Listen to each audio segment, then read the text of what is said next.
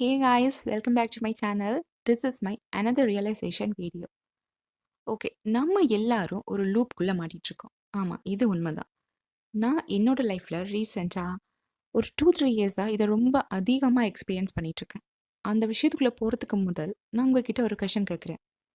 நீங்க இப்போ இந்த நிமிஷம் உங்க வாழ்க்கையை வாழ்ந்து கொண்டிருக்கீங்களா?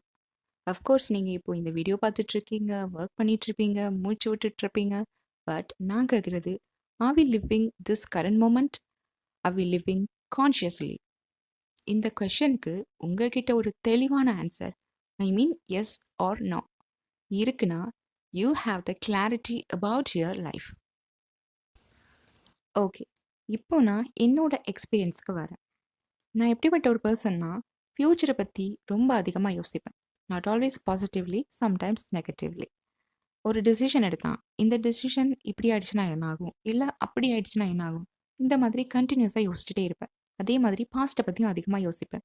ஓகே, நான் எதுக்காக அந்த விஷயத்தை அப்படி பண்ணேன், இல்லை இந்த விஷயத்த கொஞ்சம் பெட்டராக பண்ணியிருக்கலாம், இல்லை ஏன் இந்த விஷயத்த பண்ணேன், இந்த மாதிரி நிறைய பெயின்ஸ், ரெக்ரெட்ஸ், அப்புறம் கில்ட்டி ஃபீல், இதெல்லாம் கண்டினியூஸாக எனக்கு தோணிட்டே இருக்கும். சொல்லப்போனால் கைண்ட் ஆஃப் ஓவர் திங்கர் அப்படின்னு கூட சொல்லலாம். நீங்களே யோசிச்சு பாருங்க, நீங்கள் சாப்பிடும்போதோ, குளிக்கும்போதோ, படிக்கும்போதோ, ஒர்க் பண்ணும்போதோ, இல்லை ரேண்டமாக ரோட்டில் நடக்கும்போதோ, டிரைவ் பண்ணும்போதோ, அவ்வளோ ஏன் மொபைல் ஸ்க்ரால் பண்ணும்போதோ நீங்கள் கான்ஷியஸாக இருந்திருக்கீங்களா? இல்லை உங்கள் மைண்டில் பாஸ்ட் பற்றின தாட்ஸ் கொஞ்ச நேரம், ஃப்யூச்சர் பற்றின தாட்ஸ் கொஞ்ச நேரம், அப்படி மாறி மாறி தோணிட்டே இருக்குமா? எனக்கு எப்படி இருக்கும்னா, கொஞ்ச நேரம் யூடியூப்பில் ஷார்ட்ஸ் பார்த்துட்டு, அப்புறம் கொஞ்ச நேரம் இன்ஸ்டாவில் ரீல்ஸ் பார்க்குற மாதிரி, பாஸ்ட் தாட்ஸ் கொஞ்ச நேரமும், ஃப்யூச்சர் தாட்ஸ் கொஞ்ச நேரமும் மாறி மாறி நான் ஸ்டாப்பாக தோணிட்டே இருக்கும்.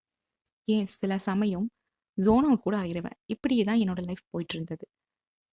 இது ஒரு கட்டத்தில் ரொம்ப ஸ்ட்ரெஸ் ஆகி பேர்ன் அவுட் ஆகிட்டேன். அப்போது உள்ள ரொம்ப ஹெவியாக ஃபீல் ஆச்சு. எனக்கு அந்த ஃபீலிங் எப்படி ஹேண்டில் பண்ணுறதுன்னு கூட தெரியல. அப்போது நான் என் அம்மா கிட்ட போய் பேசினேன். அம்மா கிட்ட வழக்கமாகவே ரொம்ப க்ளோஸாக பேசுவேன். ஸோ அவங்க கிட்ட போய் சொன்னேன், எனக்கு ரொம்ப கஷ்டமாக இருக்குமா, லைஃப் வந்து ரொம்ப எங்கேயோ ஸ்ட்ரக் ஆகி நிற்கிற மாதிரியே இருக்குது, என்னோடய லைஃப் ரொம்ப மோசமாக போயிட்டுருக்க மாதிரி தோணுது, எப்போ பாரு ஃப்யூச்சரை பற்றியும் பாஸ்ட்டை பற்றியும் தோணிட்டே இருக்குது அப்படின்னு என் அம்மா கிட்ட சொல்லும்போது, அவங்க ஒரு கொஷன் என்கிட்ட கேட்டாங்க. உண்மையிலேயே உன்னோட லைஃப் ரொம்ப மோசமாக தான் இருக்கா? நீ கொஞ்சம் நல்லா யோசிச்சு பாரு. இது வந்து உன்னோட லைஃப்பில் ஒரு ஃபேஸ். இது ஒரு ப்ராசஸில் இருக்கு உன்னோட லைஃப். ஸோ அந்த வெயிட்டிங் பீரியட் மேபி உனக்கு ஸ்ட்ரெஸ்ஸாக இருக்கலாம். பட் உண்மையிலேயே உன்னோட லைஃப் ஒன்றும் அவ்வளோ மோசமாக இல்லை. சொல்லப்போனால் உன்னோட லைஃப் ரொம்ப நல்லா தான் இருக்குது. நீ கொஞ்சம் நிதானமாக இதை யோசிச்சு பாரு அப்படின்னு சொன்னாங்க. அப்போது தான் எனக்கே வந்து ஒரு விஷயம் ரியலைஸ் ஆச்சு. ஆமாம், எல்லாரோட லைஃப்லேயும் வந்து ஒரு பிரேக் டவுன் பீரியட், அவங்க வந்து ரொம்ப உடஞ்சு அடுத்த ஸ்டெப் எடுத்து வச்சு எதுவுமே பண்ண முடியாமல் இருக்கிற ஒரு பீரியட் வந்து எல்லாரோட லைஃப்லேயும் தான் இருக்கும். ஓகே, இது வந்து ஒரு ப்ராசஸ். இந்த பீரியடில் நம்ம வெயிட் பண்ணி தான் ஆகணும்.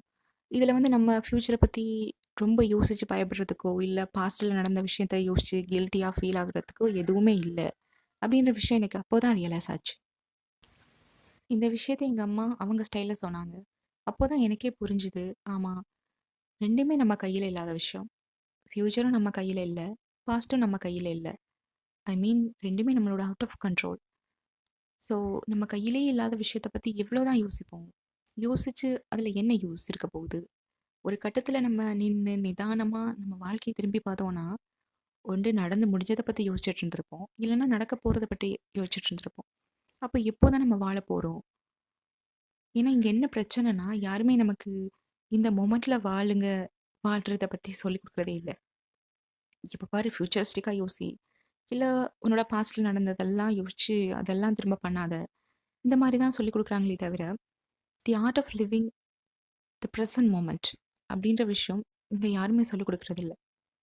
ஸோ நம்ம லைஃப்பில் என்ன தான் நடந்தாலும் அந்த ப்ரெசன்ட் மூமெண்ட்டை நம்ம வாழாமல் விட்டோம்னா, அப்புறம் லைஃப் என்ன சொல்கிறதுன்னு தெரியல, சிம்ப்ளி வேஸ்ட். ஸோ என்னோட சஜஷன் என்னென்னா, என்ன லைஃப்பில் நடந்தாலும் சரி, எல்லாத்தையும் யோசிங்க. யோசித்து ஒரு கன்க்ளூஷன் எடுத்துக்கோங்க. பட் அதுக்காக எப்போ பாரு ஒன்று ஃப்யூச்சர் இல்லைன்னா பாஸ்ட்ன்னு மாறி மாறி வாழாதீங்க. ப்ரெசன்ட் மொமெண்ட்டில் வாழுங்க. சில நேரம் நம்மளை அறியாமலே இந்த தாட்ஸ் நம்ம மைண்டில் ஓடிட்டே இருக்கும். ஸோ நம்ம தாட்ஸை கண்ட்ரோல் பண்ண வேண்டிய ரெஸ்பான்சிபிலிட்டி நம்மக்கிட்ட தான் இருக்குது. இந்த மாதிரி உங்களுக்கு பாஸ்ட் ஃப்யூச்சர் தாட்ஸ் ஓடிட்டு இருக்கும்போது மைண்டில் ஜஸ்ட் நீங்க அந்த ப்ரெசன்ட் மொமெண்ட்ல என்ன ஒர்க் பண்ணிட்டு இருக்கீங்கன்னு யோசிங்க. லைக் ஓகே நீங்க எங்க இருக்கீங்க? என்ன வேலை பண்ணிட்டு இருக்கீங்க? உங்க பக்கத்துல யார் யாரெல்லாம் இருக்காங்க? என்னென்ன சவுண்ட்ஸ நீங்க இப்போ கேட்குறீங்க? என்ன ஸ்மெல்ல நீங்க வந்து இப்போ உணர்றீங்க? இல்ல என்னென்ன கலர்ஸ் உங்கள சுத்தி இருக்கு? இந்த மாதிரியான விஷயங்கள் எல்லாம் யோசிச்சு, உங்க மைண்ட கண்ட்ரோல் பண்ணி, okay this is a present moment. So I have to live this moment அப்படின்னு உங்க மைண்ட நீங்களே டியூன் பண்ணிக்கோங்க. ஏன்னா இங்க எல்லாமே மைண்ட் செட்ல தானே இருக்கு. நம்ம நினைச்சா மாத்த முடியாத விஷயம்னு எதுவுமே கிடையாது. ஸோ உங்களாலையும் பிரசன்ட் மொமெண்ட்ல வாழ முடியும். ட்ரை பண்ணி பாருங்க. So this is the clarity I want to share with you today. Thank you for watching. We'll see in the another video. Thank you.